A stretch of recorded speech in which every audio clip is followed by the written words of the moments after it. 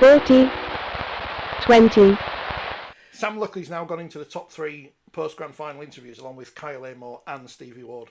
Stevie's probably still clinging on to the number 1 in 2017. Yeah, so I'll have to dig those all out and put them together because that is a... They tried to break you. It's a broad church of work.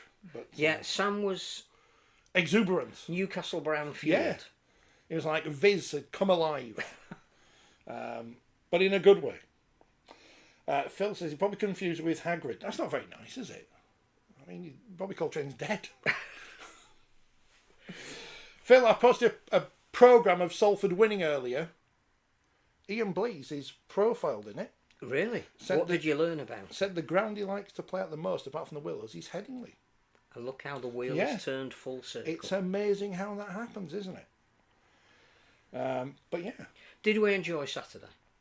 Yeah, I think so. I mean, unfortunately, I doubled up lasagna with Wigan to win and Harry Smith to get the Rob Burrow award, so the lasagna was nice. The lasagna was right. The cakes were very nice. We were spoiled. Free corn cob, so thanks to Sir Jim Ratcliffe for that. Let's be honest, the dessert spoiled us because there were about 4 different ones. Yeah, and you had 5 of them, so that was. I know that the great cognoscenti don't tune in for culinary delights. They do. But it's not for the rugby. The mini lemon meringue pies were lovely. It's not for the rugby. And sugar-free? I assume the programme was good. I've not read it yet, but it'll be going straight on eBay on Thursday. I was a little bit busy yesterday. I didn't get a team sheet because I was... I got a team sheet. I was in the press conference room with John doing a live, which was hilarious. You were? Because you joined us at the end, which I can't remember anything about because it all flew by. I did recognise one of the Pigeon Detective songs, so that was quite impressive. And then... Maybe the gentleman that wanted his picture taken thought we were the Pigeon Detectives. We were the Pigeon Detectives, yeah. It could have been that fellow off the Pigeon Detectives. Billy Boston didn't walk the teams out. Like we were it didn't matter, though. No. He united the stadium. Yeah, everyone went, hey. And then the team came out and they played rugby. And Wigan should have been 12-0 up. Straight into grand final analysis. Should have been 12-0 up. Possibly. Well, I was going to say 3 things that struck me that were great. Yes. That had nothing to do with rugby. Well, that's always good, yeah.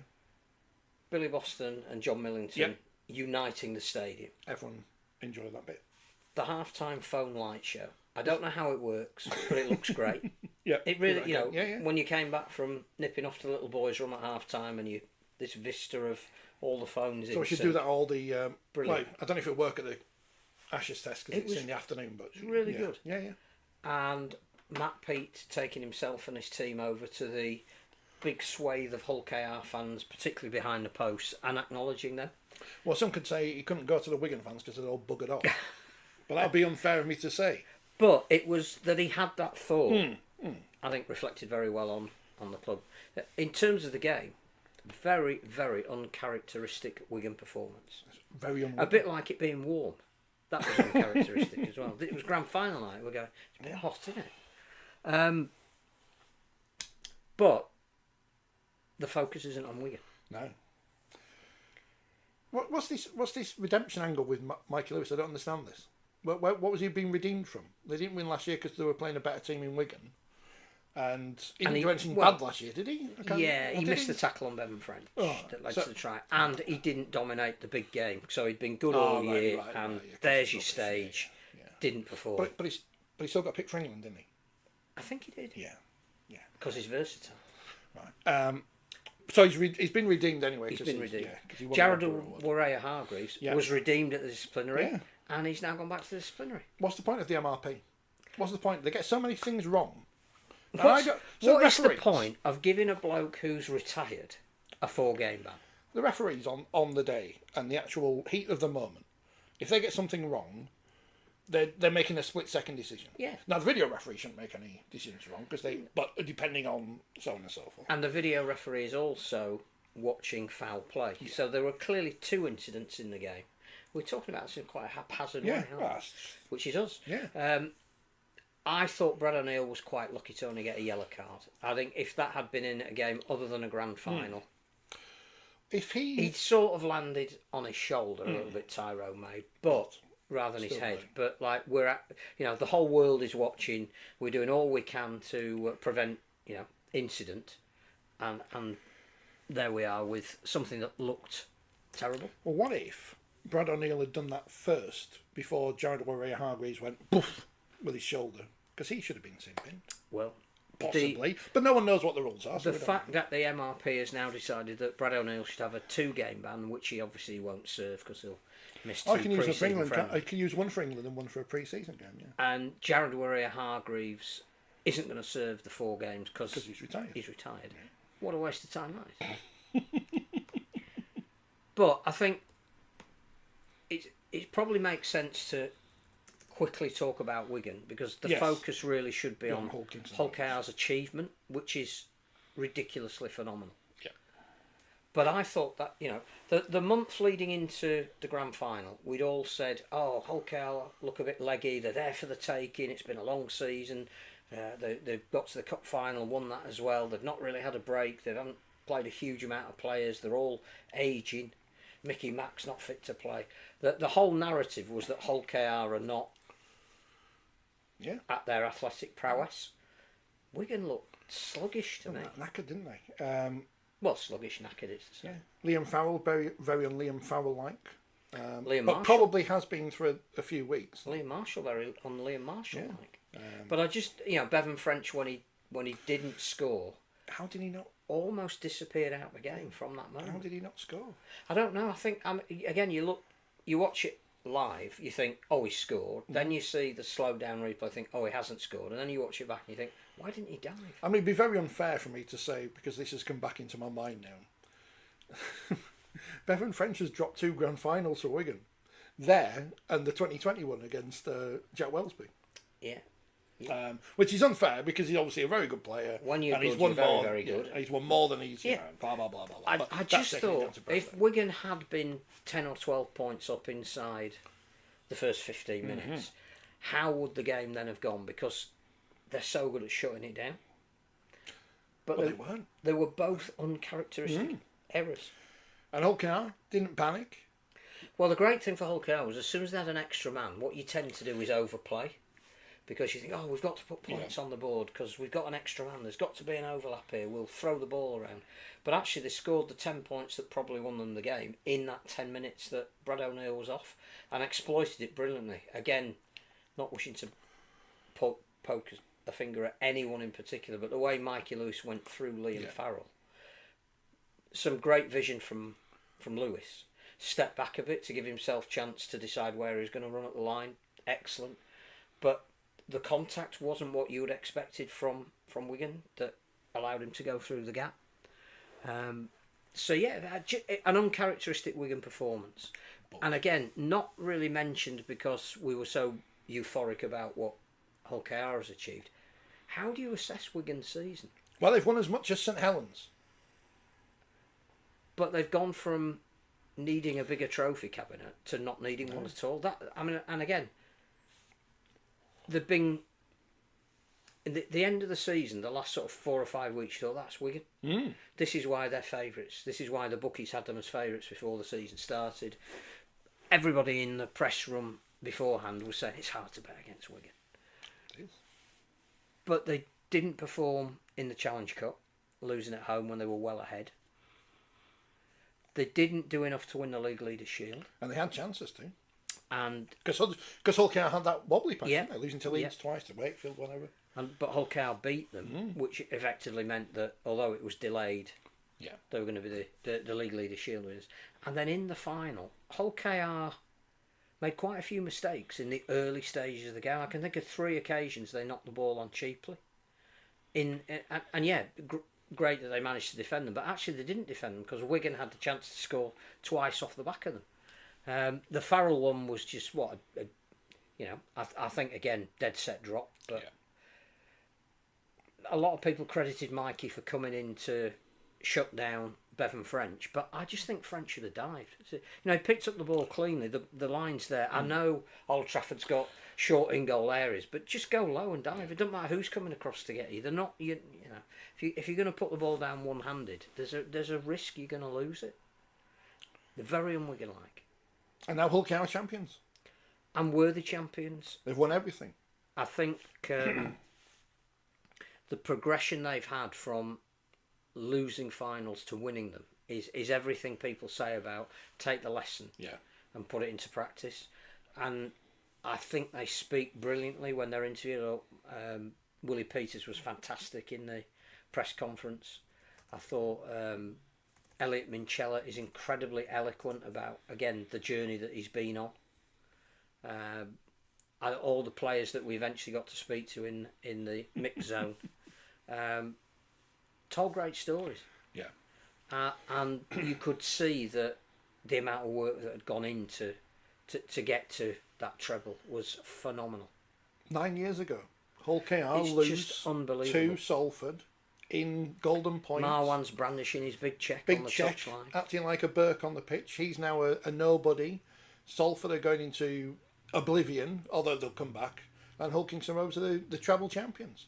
First title in 40 years. 40 years. Win the first Challenge Cup since 1980. Only the sixth team to do a treble. First new name on the trophy since 2004. It's like everything is... You know, World Club Challenge, hopefully with Brisbane. I think there's a logistical issue about Vegas, but I think Hull KR will want to get it done. And Brisbane want to play it as well. I think Hull KR are going to find the beginning of next season difficult, because clearly if they've got to play Brisbane and then fly to Vegas and then fly back and have a game the following Sunday, they'll have to do some things in pre-season to prepare themselves for it. But I think that game's going to go ahead. You can't give up the chance that you might not get again. Even though they Even will be the favourites next year to win the grand final again, they might not. They might never get another chance. Even if you play at the MKM Stadium, which was mooted on Saturday night. Well, if they want to make more money... Well, I think they should still get changed at Craven Park and get the bus to the other side of Hull. And there'll be more, which is a perfectly great idea. And you can sell more tickets. There'll be more people who want to go see that game. Well, they will. Then can get into Craven Park. No, so, I think... And it's a community-owned facility, isn't it? It's not as if it's owned by Hull FC. Mr. Thurkle doesn't own it. So. I think the other thing about the game then is once Hull KR got their foothold in it, they were absolutely ruthless. When Harry Smith scored, did you think, they could come back? Well, they could come. Obviously, they could. What was odd, again, I don't want to focus too much on what Wigan did wrong because it detracts from Hull KR being really what a great story Hull KR have given the game.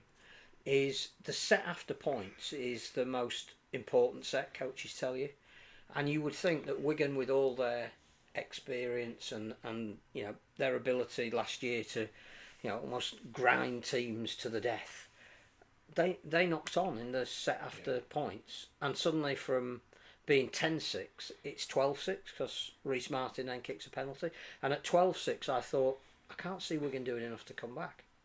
Why Hull KR didn't drop a goal to either make it 19-6 or perhaps even before that 13-6, I didn't know, but actually they didn't need to. Thought Adam Kieran missing the conversion to Harry Smith's try left the door open, and you just thought it's just not going for Wigan today. But the performances of individual Wigan players, Hull KR players, is the story. And I got the Mickey McAlorum narrative about how important he is. He literally played about 17 minutes. Thought Lytton was sensational. And they looked better when Lytton was on. But Lytton could have had his nose put out of joint a little bit. Everybody's saying he's been our player of the year, what a great player he is, what a massive impact he makes. And in the week of the grand final, he's told, no, Mickey's fit, you're on the bench. It's like, okay, I'll come off the bench and I'll be one of the most dominant players on the field. Mikey clearly was the Rob Burrow Award winner, I think, because the golden moments featured him. But I thought James Batchelor was absolutely... And I know, again, Waerea-Hargreaves, for the best game he's played, saved his best to last. Well, he did, but there's a case for saying for 10 minutes he shouldn't have been on the field.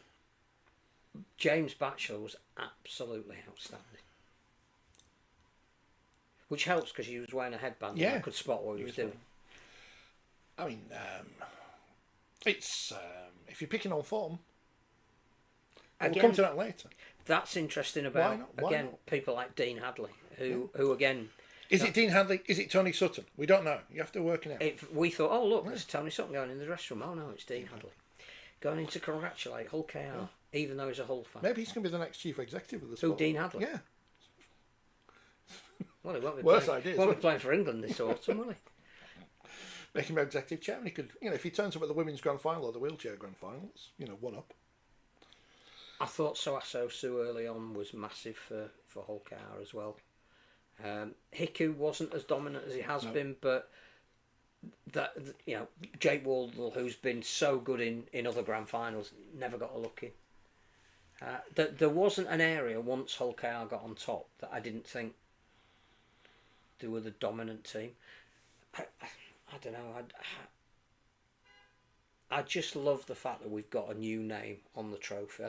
The competition so needed that. The crowd were great. The television ratings have been good. There's a lot of people tuning in because of it's Hull KR and not it's Wigan again. Just brilliant. I can't praise Hull KR enough. Do they win it again next year? Don't even think we need to care about that. I really don't. I think anybody who's talking about, there were people saying, how do you defend it? It's like, can we just have some lots and lots of beer? It was like the other day when I was at work and someone was talking about how stupid it is, and the way the racing world works is, whatever's happening, everything is always looking forward to the next Cheltenham Festival. And someone actually said, "This is stupid that we're doing this. Yeah. It's months away. We've got loads of other stuff to talk about." And even talking to people like Ellen Manchella is asked, what's the legacy? And it's like, I just want beer. Like, just give the man beer. Legacy's a nonsense word, anyway. It is in the moment that you're in, but we can't tell until 5, 10, 15, 40 years down the line. But they're all immortal now, anyway. They're all immortalised into history. They are, because no Hull team, either side of the city, which I know means a lot to the red and whites, has ever done what they've now done. So yes, in that city they are immortalised. And I did, again, I thought get the Willie Peters statue up. Yeah, I thought they were great afterwards. I know that some clubs like to get on a bus and drive straight back to wherever the reception is, and Hull KR just wanted to hang around and savour the moment, and it seemed really appropriate, even though we couldn't get too many of them post-match. No, it was a lot of waiting around. They were all over the place, but it was great. It was really good. Arthur Morgan, what a great signing he's been. I'd love to have spoken to him, but he disappeared. I think at that point I'd got Sam Luckley anyway. But we talk about who's been the most important, sort of like mid-season. So why did Catalans let him go in the first place? He was out of contract in 26, and I think, in 25, at the end of the year, and I think Hull KR made a bid, and whatever Catalan were going through, it's like, well, you might as well go now. Because he's a fullback, and instead of playing him, they spent a load of money on someone with one knee. That was good recruitment by Catalans, that. So now what do Wigan do? What Hull KR do is, Phil says, I worry how much Vegas and the World Club Charge will take out of Hull KR. Have they replaced Waerea-Hargreaves and McAloran? Tom Amoni has replaced Waerea-Hargreaves. Yeah, because he's been at Cass, hasn't he, for the last few months? I forgot about that. Bill Leyland is to there's a Bill Leyland and Leyland next year. They cleverly, succession had already been planned. I still think they'll go and get a big name overseas player. Well, now they're the champions. That takes a fair amount off their salary cap. Now they're the champions, and the players who are there. Absolutely. And the word going back will be, you get a great experience. And as we know, with Willie Peters involved with the Kangaroos, they'll go back to Australia and they'll tell their teammates, he's not a bad coach, this lad. I think the only issue for Hull KR isn't Las Vegas, it isn't legacy, it isn't anything other than if Willie is now as desirable a commodity as I think he is, and the fact that the Kangaroos are taking him on board as an assistant coach, he is going to be sought after at some point. And again, what's the succession plan for him? Evening all, says Andrew. Enjoyed the all-round atmosphere and entertainment of the pre-match and half-time. The game was top-notch too. Already booked tickets for next year. On Saturday evening when he got home. I think you're the kind of customer the RFL loves. Yeah. RL commercial, whatever they call this one. I actually thought it was everybody can debate about whether it was one of the great finals. I'm not sure in terms of quality it was, but it doesn't matter. Yeah, but how many great grand finals have there been? As an atmosphere and an event and an occasion, we got it right. Yeah, just don't want to hear that outrageous song anymore. Just had enough of that. The thing is, you can't really ask for respect now because you've earned it. The Robins and Bobbins, that's all right, but not the not that anymore. Come on, move on, as someone used to say. He did. Spoke to him today. He was pleased about the England squad. 3-0. No chance. Well, the Aussies. Anything else about the grand final we need to mention until we remember halfway through talk about something else?